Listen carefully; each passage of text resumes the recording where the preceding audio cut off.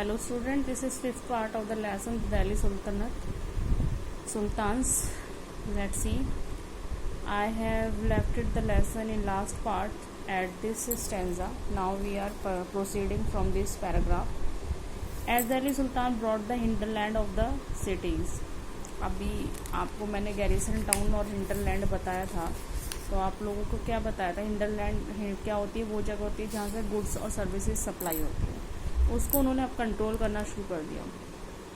They forced and the landed Chieftain, जो Chieftain थे, जो एरिस्टोक्रेट थे, जो सामंता थे, जो रिच लैंडलॉर्ड थे, उन सबको अपनी अथॉरिटी मनवाना उन्होंने शुरू कर दिया। किन लोगों ने शुरू कर दिया? दिल्ली सुल्तान ने।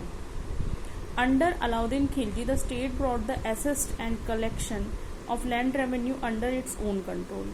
अब अलाउद्दीन खिलजी के समय पे ये सारी चीज़ें जो है रेवेन्यू वगैरह, जो पहले आप देख रहे थे ऊपर क्या बताया था मैंने कि इक़्तिदार जो होता था वो रेवेन्यू कलेक्ट करता था, वो सोल्जर्स में डिस्ट्रीब्यूट करता था, बचा वो अपनी पेमेंट में रखता था। लेकिन अब क्या है?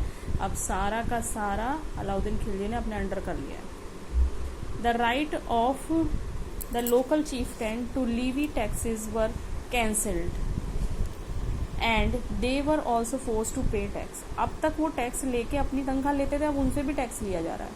The sultan's administrator measure the land and kept the careful account. इसके जो एडमिनिस्ट्रेटर्स होते थे, जो इसके अधिकारी होते थे, वो क्या करते थे? केयरफुली मेजर करते थे लैंड को और उसका अकाउंट रखते थे कि कितना उससे टैक्स आना चाहिए। Some of the old chieftain and land lord serve the sultan as a revenue collector. कुछ पुराने चीफटेन और लैंड लॉर्ड जो थे वो सुल्तान के रेवेन्यू कलेक्टर वाले पोस्ट पर बैठा दिए गए थे। एंड एसेसर्स, और इन सबको डिस्ट्रीब्यूशन का काम भी उनको दिया गया था। There were 3 type of taxes. अब ये सबसे बड़ा इंपॉर्टेंट पॉइंट है कि भाई अलाउद्दीन खिलजी के टाइम पे कौन से 3 टैक्सेस थे? 3 टाइप ऑफ टैक्सेस थे। 1 ऑन कल्टीवेशन कॉल्ड खराज। कल्टीवेशन मतलब खेती करने पे खराज देना पड़ता था, जिसका कहना था कि 50% जो है प्रोड्यूस, जो प्रोडक्शन होगा वो किसको देना है? सुल्तान को देना है। नंबर 2 ऑन द कैटल्स, जानवरों पे भी था। और नंबर 3 हाउस पर, जो हाउस टैक्स होता है वो।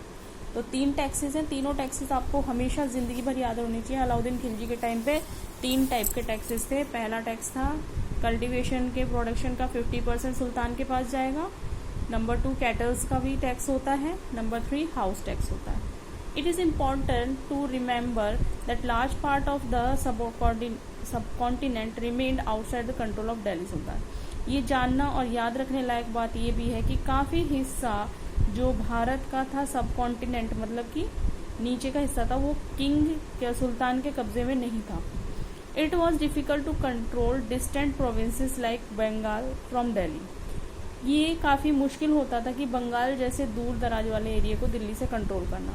सून after annexing southern India the entire region become the independent even the Gangetic plain there were forest area. कारण क्या थे? एक तो वो अपने आप को बार बार साउदर्न एरिया, क्योंकि जब तक फौज पहुंचती वो अपने आप को आज़ाद कर लेते थे। नंबर 2 गैंगटिक एरिया है, वहाँ पर फॉरेस्ट इतने ज़्यादा थे कि कंट्रोल करना मुश्किल हुआ था। लेकिन इसका भी उपचार उन्होंने आगे जाके सोचा, उसका भी एक सोल्यूशन निकाला।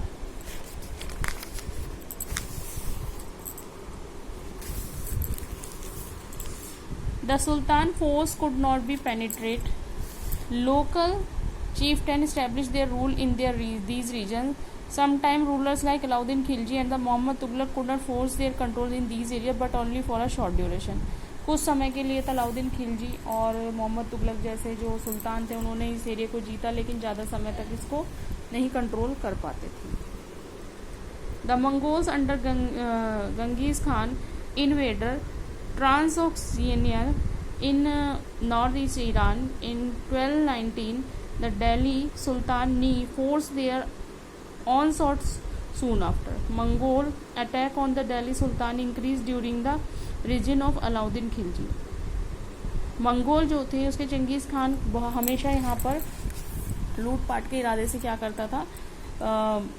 आता रहता था, और 1219 में नॉर्थ ईस्ट ईरान से ये आता था। सुल्तान जब अलाउद्दीन खिलजी का यहाँ पर राज चला, उस टाइम पे इसके इन्वेशन बहुत ज़्यादा बढ़ गए। In early year of the Mohammad Tughlaq rule the forced 2 rulers to mobilise a large standing army in Delhi which pose a huge administrative challenges. Let us see how the two sultan dealt with this. अब ये आपको समझाना चाहते हैं कि दो ruler हैं, आपको बता रहे हैं अलाउद्दीन खिलजी और मोहम्मद बिन तुगलक। इन्होंने किस तरीके से इतनी बड़ी लार्ज एडमिनिस्ट्रेशन और आर्मी होने के बावजूद किस तरीके से डील करा इन सब परेशानियों से, ये बहुत जानना ज़रूरी है, क्योंकि एक बहुत महान है तो एक का मजाक उड़ाया जाता है। ये